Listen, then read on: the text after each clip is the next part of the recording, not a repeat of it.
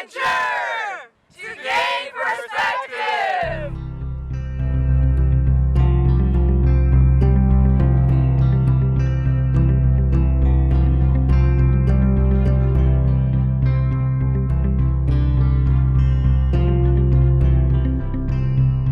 I think we wanted to put this component of the student leadership and the idea of being a citizen scientist. How can you make groundbreaking scientists if you don't have the core and the soul healthy? At that time, we also had a program that was focused partly on ultimate questions like the nature of life. It's training you to not be smart or be successful for yourself, but do it for people who really need it. Academics can be very stressful.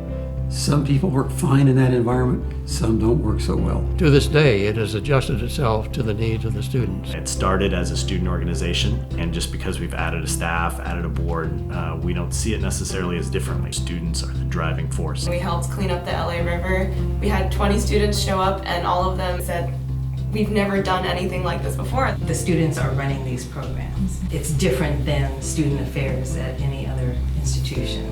The opportunity for the students to think big where big is not just academics, not just science, but it's everything else that goes along with being successful. We say that it makes citizens of the world, and that's exactly what the Y does. The Y is like a funnel. It takes everyone and brings them together into one community. That's what the Y is, the symbol of the Y. The Y has endured and evolved in many, many ways because of the people.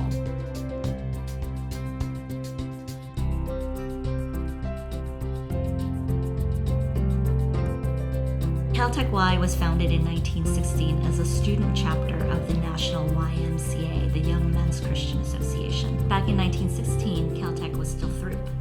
It wasn't Caltech, and so we've been a part of this campus's history since almost the very beginning. The Y started so many things on this Caltech campus. Fresh Camp, we started the Little T, the Hollywood Prank. The Y had sort of funded a portion of that before orientation, before decompression. Before all of these things were in existence, there was the CaltechY. Our organization has been around for 100 years. That's amazing.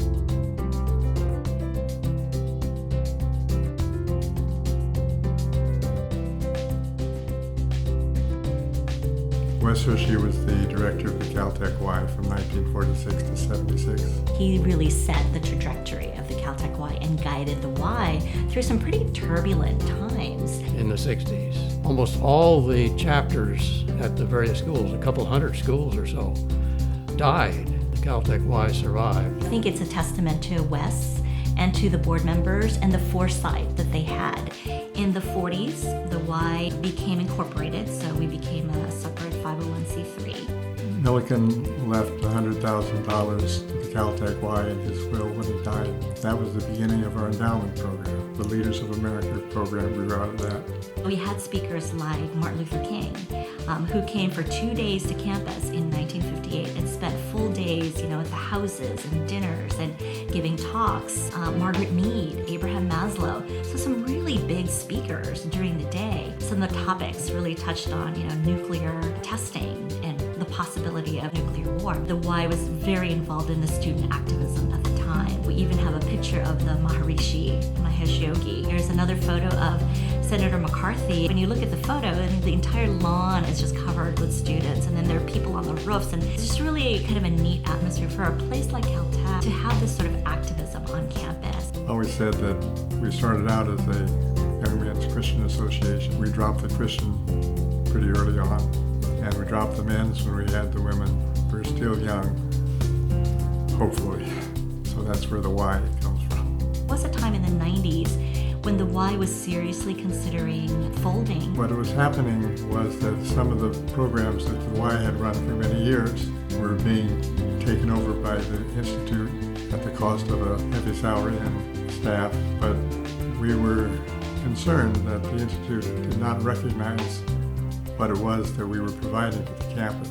And that's when we came up with the idea of developing the Memorandum of Understanding. It spelled out certain things the Institute would do for the Y, such as providing facilities. The Y explained its mission. I think in the end there were some pretty very vocal board members who said the Y needs to remain independent for various reasons. One of the reasons that people always talk about is the Caltech Y can bring controversial speakers. The 5 pillars are leadership, adventure, service, civic engagement, and perspective. And the way I like to think of the 5 pillars is leadership and perspective are sort of the bookends. These are the outcomes that we want our students to gain after having been through a Caltech Y program. Our graduates are the people who are the most at a place where they should be able to impact what happens. That's what we're hoping, that engaged citizenship. I found the Children's Organization of Southeast Asia. I taught science classes and taught English while I was there. Part of my afterward was to raise awareness for the issue on campus. We put together a full-length program. Every piece was made to either raise awareness about human trafficking or about women's issues. I've always loved film. Never thought I would become a filmmaker. I heard about the Studentski and I said, you know what, apply to this. It's really hard to dissect your life and see what happened, why, but you can always appreciate the incremental addition of things that finally culminate into a change. In 1995, we started doing the Union Station Adopt a Meal program with Krista Charwarren. Make a Difference Day has been one of the outstanding additions to the program in recent years. World Fest, a program that is about international students. And when you're there and there's 500 people milling about, enjoying the food, you just feel like you're part of the larger community. Celebrating. The resources that you give, your time and your money, you can see where it benefits the students. There are a lot of major charities where that's not true, but in the Y you can actually see where the money goes. So we've gotten serious about fundraising. I think particularly because there's a huge interest in doing more global kinds of projects. They have the kinds of experiences where students get to visit another culture, another country, and learn. The Centennial is just a remarkable milestone to celebrate. I've only contributed to 3.5 years of the 100 years that it's been here. Imagine 100 years of seeding this passion over and over again to develop the world's leaders. Enriching student life and challenging students is more than just providing food. It's more than just going hiking or camping or biking. But that perspective piece, the challenge piece, is about bringing different perspectives to campus. Where else but on a college campus can you explore these kinds of things and wrestle with ideas that don't always align with yours?